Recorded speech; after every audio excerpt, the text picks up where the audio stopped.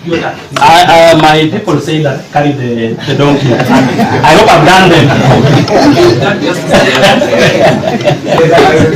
I briefly respond to the issues raised by Kihara, and then I invite the chairman to address it quickly. There is no misconception that, but I want to begin that nilimwacha aongee kimtoke.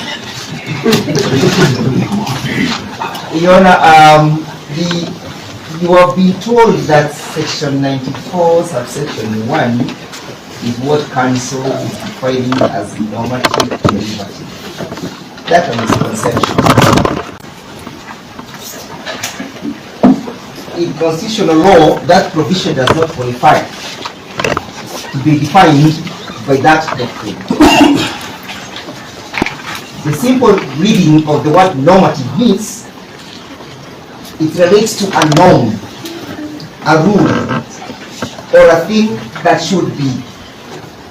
So if you were to argue therefore that section 94 subsection 1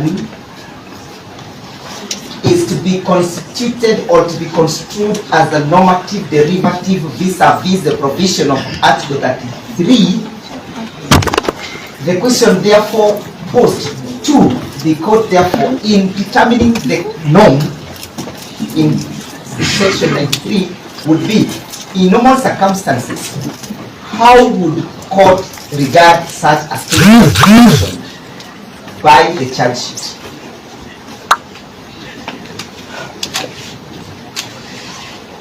What norm is arising or accruing from the particulars of that charge? And must that norm conform to the provision of section 7 of the 6th schedule? Again, simple reading of derivative means which can refer to something that is derived or taken from something else. Do you want it made more punchy for a general? It's about, let's go to say, section 94 subsection 1. If you were to juxtapose it to the normative derivative doctrine vis-a-vis the provision of Article 24, cannot then be said to have accrued or arisen from the provision of Article 33. And that is why counsel misses the point.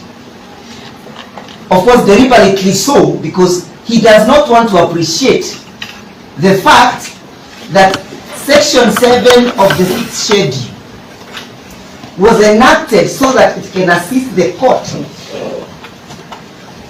where an amendment has not been initiated by the relevant authority. I concede it's only Parliament that can legislate. Yes, that I concede.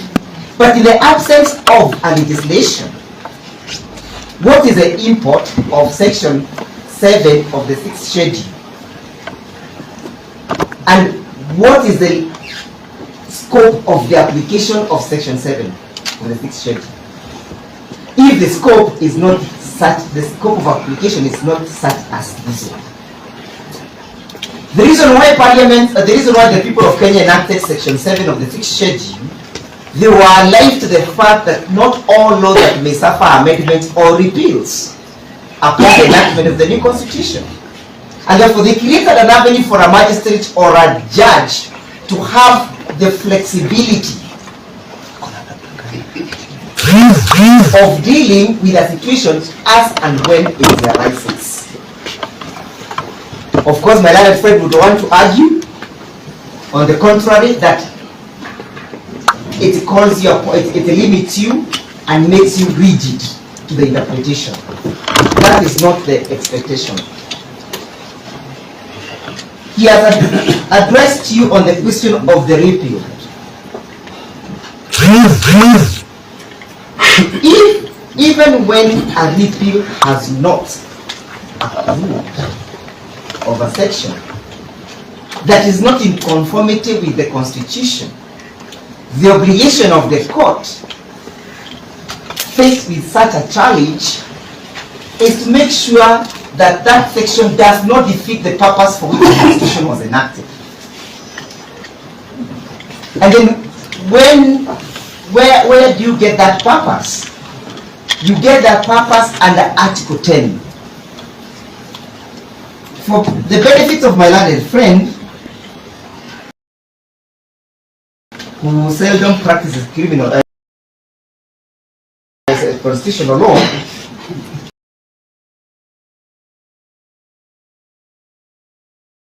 Article 10 says,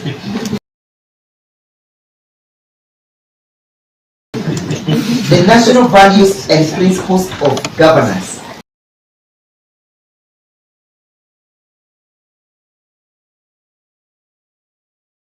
in this article binds all state organs, state officers, public officers, and all persons whenever any of them applies to the Constitution.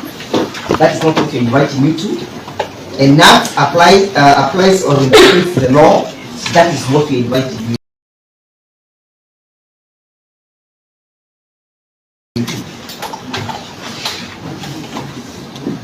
This law, Section 19. Section 94, subsection 1. And at this juncture, Your Honor, you might want to seek the aid of the interpretation. Council should just stick to what came out and the law so that we are not able He addressed you on the applicability of Article 10, Your Honor, and I have simply dealing with the question of Article 10. I invite you to apply the tool of the Golden Rule. In 1930, when this section was being enacted, what was most relevant was the mischief rule that Parliament, as at that time, wanted to address. And this case is the Parliament of the United Kingdom. Granted that this country was a protectorate as at then, and Her Majesty government wanted to guard, control, and subjugate the people of Kenya. Your Honor, seriously. Yeah, that's what. Okay, I'll abandon that, but I know the court has noted. Now that we have the new constitution, so that you may not resort into the absurdity that the DPP is inviting you to, you must apply the tool that enhances the enjoyment of a right other than to limit it. And that you're being invited by Article 19, 20, and 21. To argue that Section 8 of the Magistrate Code limits you, again, would be to miss the point. There is no possibility that the Constitution can give you, under Article 10, which provides, again about these values, and I want to just mention the value of human rights. That when seated there, Your Honor, you are bound by the values of human rights. And where do you get these values from? The Bill of Rights. So are you then supposed to apply the Bill of Rights exclusively? If you're then being invited that the only jurisdiction is under Section 8, subsection 2, then how are those rights contemplated? They are capable of being denied, violated, threatened, or infringed. By the deliberate use of the word threat in the section, threat, violation,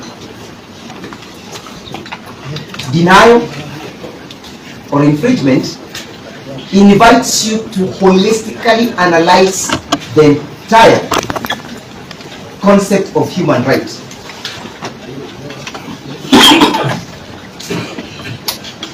It does therefore not limit you under Section 8, subsection 2.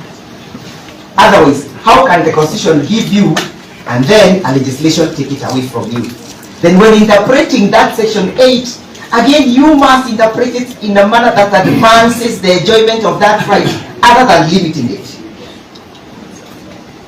Again, that is again on the doctrine of the law, that you expound the law in a manner that facilitates the achievement of that objective. I will again address you on Article 50. Clause 2, paragraph B. And this, I'll leave it at this and then invite Mr. Kihara, because this article, Your Honor, tells you that when a subject such as honorable member is brought before you, must be informed of the charges with sufficient details to answer. So the DPP does not just have the liberty of crafting anything and anything goes. That as long as you are here, the only obligation is to answer. Your Honor, this argument was made by counsel when they were making their argument. What we understand, let me finish, sir. Let us just have courtesy. What we understand as a response, let's sit and finish it. So just sit down. Yeah. You look that they don't have a place to sit. No, you. We are pleading that in response, so that we don't meditate, we just issues that have arisen. Okay, I'll abandon that argument and take that question. So that, Your Honor, I'll then invite my and try to proceed. So, Mr. Jayne, before you invite, yes, sir. Don't you think if you urge me, as you have done, in view of that section 7 of the 6th section, yes, do you think that will be cited for judicial overreach? No. It will be a classic case of judicial overreach. There is no judicial overreach because if I was to read, and again for the benefit of my learned friend who seldom refers to it.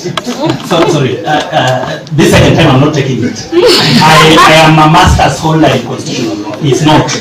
I am an advanced master's holder in constitutional law. It's not. So you should not throw those shades. I am extremely intelligent and brilliant and learned. You should not throw the shades. It's one thing to hold a master's and sorry, yeah, I'm not on trial, Your Honor. I'm asking you to just respect me because I am not. No.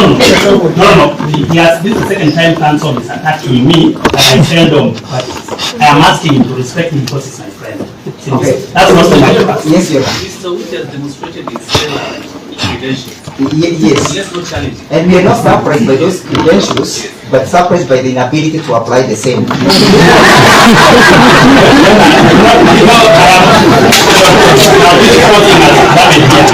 am not the kind of person to be intimidated by people like Mr. David.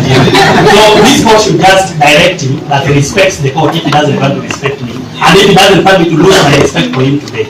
Because I take my education seriously, having listened from Islam, that I can't allow someone to just make shades. So please, just respect me.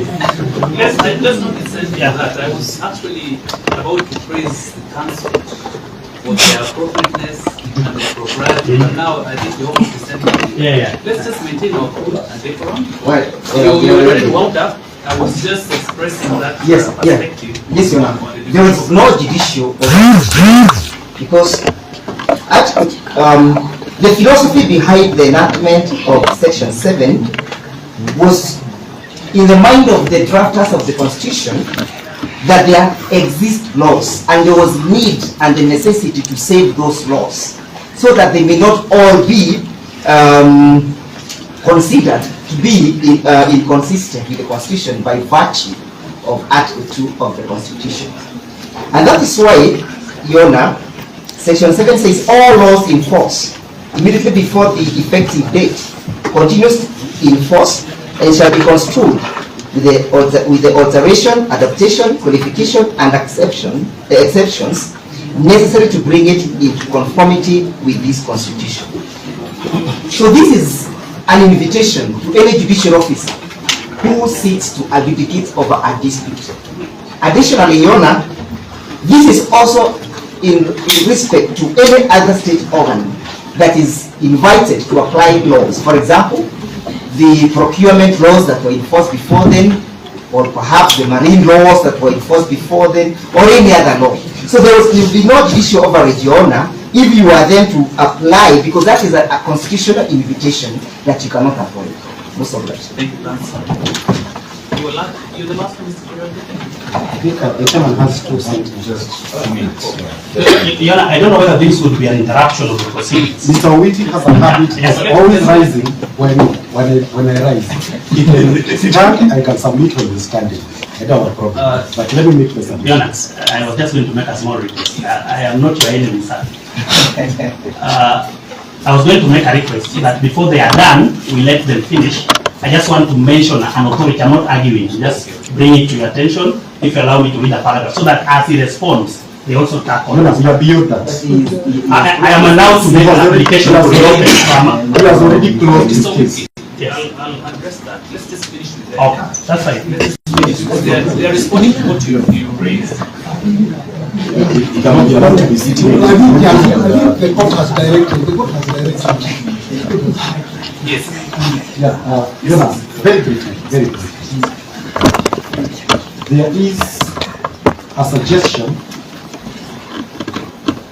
that we are inviting you to a mini trial prior to due. In many words, that's how we call it.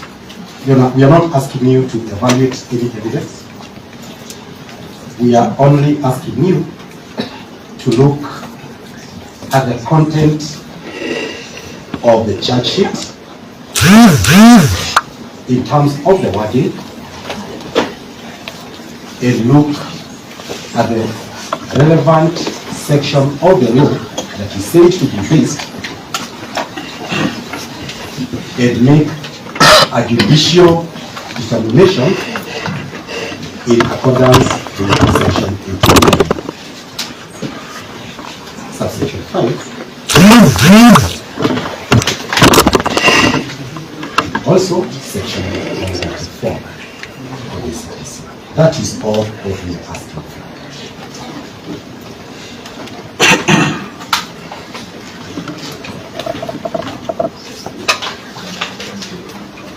When prosecution brings a case before you, a charge sheet that is before you and a suspect before you, it is in exercise of the ODPP's power under Article 57. We talked about this. And as I had said earlier,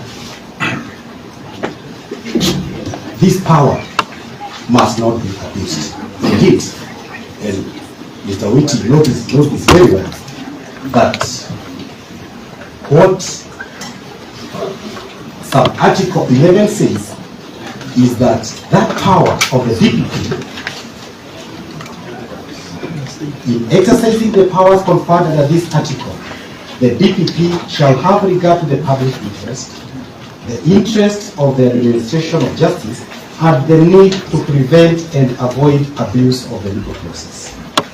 A charge sheet is brought before you that is clearly an abuse of the process.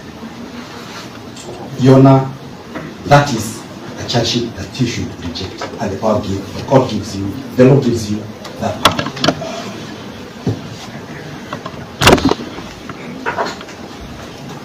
Lastly,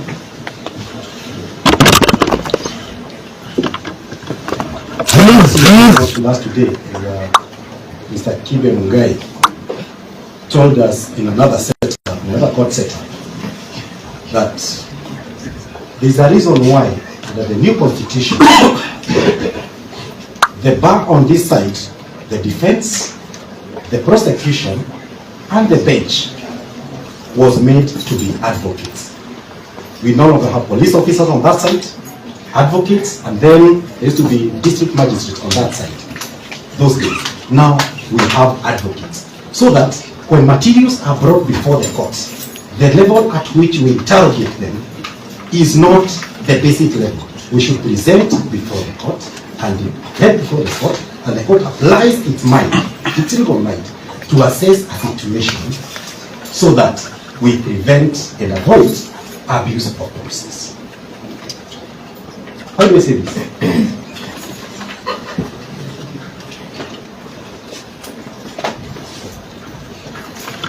There was a suggestion by the Fed that when a charge sheet is brought before you, your role is to tell the accused person plead guilty or not guilty, and then evidence will come to prove or fail to prove. That is not what the Constitution envisaged.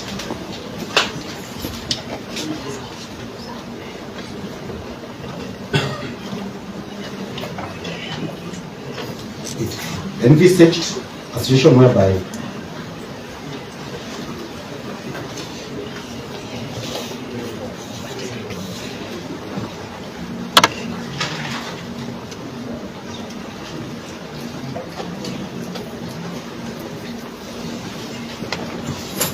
all the parties would have some basic meeting of mind as advocates that indeed this charge sheet, we may fail in evidence, and this one is also in the position to charge guidelines. We may not attain 100%, but it is unreasonable. The charge sheet is in the direction of something that we can prove.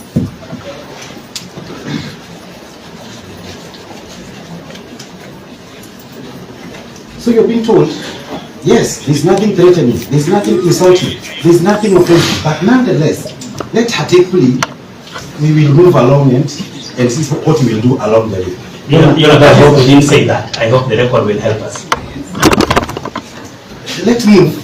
We'll learn where we find ourselves. We'll decline that invitation and find that this is not a proper charge that the person before you should take. I invite you the chairman. Thank you. Well, I will be brief. And I will start by quoting Justice Odunga in Republic versus Director of Public Prosecutions and another, Spate Chamanlal Kamani, whereby Justice Odunga said this: the seat of justice is a hallowed place and ought to be preserved for those matters in which the protagonists have a conviction and stand a chance of seeing the light of day. And he adds and says that a trial is neither a showbiz nor a catwalk. Why am I saying this, Your Honor? Your Honor, the DPP under Article 157 has the prerogative to charge. Then again, it is not for sport.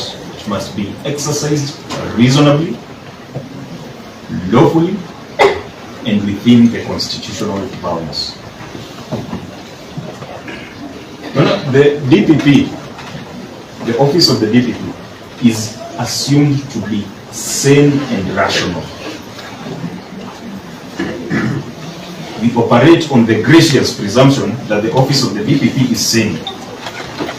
But the prerogative to charge, Your Honor, isn't a license to experiment.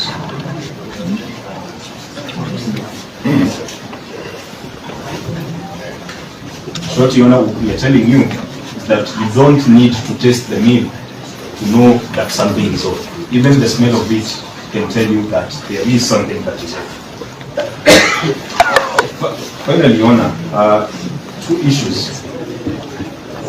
We are not asking the court to test the evidence. What we are inviting the court to do is to test the lawfulness and the sufficiency of the charges. Simple. A criminal trial is only justified where there is a properly framed charge that discloses an offensive law. So we are not saying that we should call witnesses right now. All we are saying is that the DPP has that burden of telling us that these charges are lawful and within the bounds of the Constitution. Secondly, Your Honor, a trial is not a fishing expedition. The charge must disclose a known offense with clear particulars and connect the accused's conduct to that offense from the get-go. If it fails these basic tests, then the charge collapses on its own weight.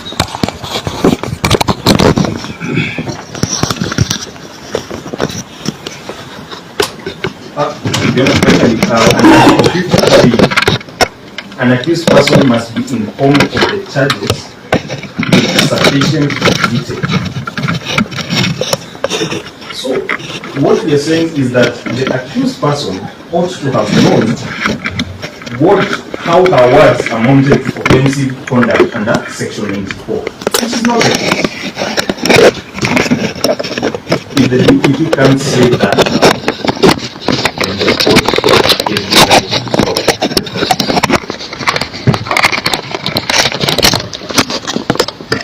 Well, in short and in conclusion, we are not challenging the evidence. What we are challenging is the charges' existence as a valid document. If they insist on going to trial without a valid charge, then that's like building a house without a foundation. Circumstances submit that charge is effective, and the accused person should be admitted to a personal cognizance. Yes. And they have considered to that. To have been released.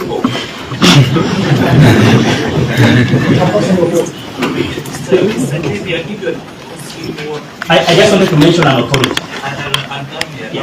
Yes. So just share with us the so that we can also assist the court. Could I give the citation? Yes. Your Honor, the decision I'm talking about is the Supreme Court decision, a bench comprising of Maraga, CJ, Ibrahim, Ojuang, Anjala, and Joki. And the case is Hussein with a double S, Hussein Halid with a KH, and 16 others versus the Attorney General and 2 others. The citation is petition number 21 of 2017. And without making the arguments, it is in respect of this court's powers to enforce fundamental rights. So I'll refer the court to paragraph 118 and paragraph 120. Your Honor, if you allow me to just read. Paragraph 118. While that was the law then, the Magistrates Court Act number 26 of 2015 has since been enacted to give effect to Articles 23(2) and 169(1)(a) and 2 of the Constitution to confer jurisdiction, functions, and powers on the Magistrates Courts, to provide for the procedure of the Magistrates Courts and for connected purposes. Section 8 of the said Act vests jurisdiction in the Magistrates Court to hear and determine applications for enforcement of constitutional rights, but limited only to claims on freedom from torture and cruel, inhuman, or degrading treatment or punishment, and freedom from slavery or servitude, as guaranteed in Article 25(a) and (b) of the Constitution.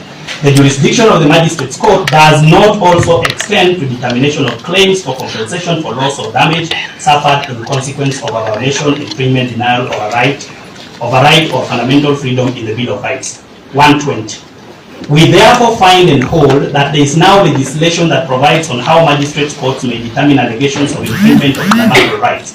Though limited, the same is constitutional as an aggrieved person, while he might not on all allegations approach the magistrate's court, still has recourse to the High Court, which is the court constitutionally empowered to address allegations or violations of the Bill of Rights. I thank you. So I must say that that authority you said is open cited. Yeah, it's open in our corridors. Yeah. So thank you for that authority. Yeah, but just to distinguish it, on one point, and I agree we are bound by the decision of the Supreme Court, but will you not, in a very few minutes to come, enforce Article 49? That one actually, I was about to say that. You thought, you actually thought in my mind. We must, I will be seated where you are seated very soon. I wish you that. Alright. So I want to appreciate the council for such erudite submission and the decorum, the propriety. I want to thank you most sincerely. You've made extensive arguments and you cited authorities.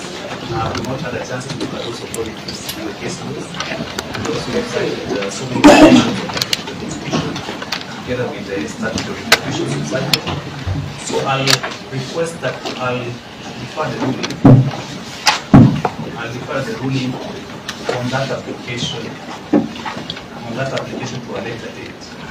But we can now, as Mr. Jeru had indicated, now go to the issue of the accused person being either released, which is not opposed, I'm told. In the meantime, as we wait for the court to make a determination on the application, I believe that's agreeable.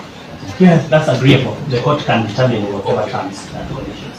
So to that end, I think I'm alive to the provisions of Article 49(2) of the Constitution. So to give effect to that, I'll release the accused person to a personal bond of 50,000.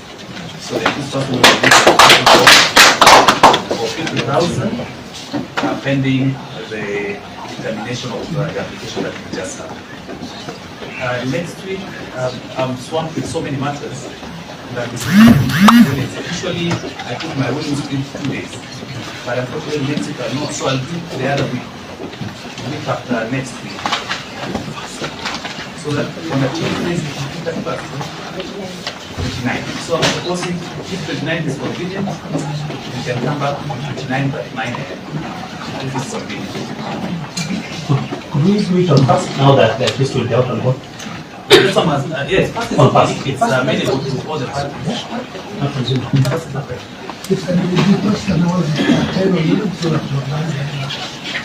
So let's first of all agree on the date.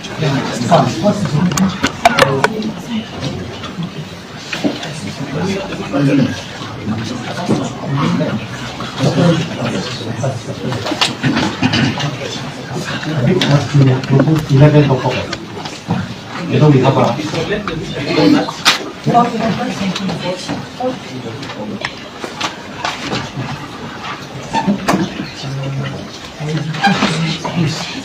in absence of my mixing new culture, I should assume I've taken the role.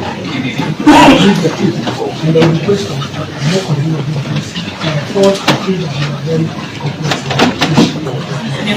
Yes, I will. I'm going to propose 6 there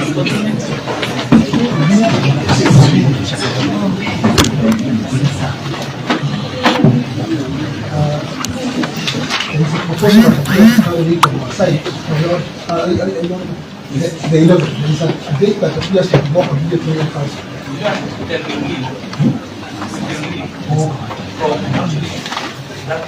From the 11th,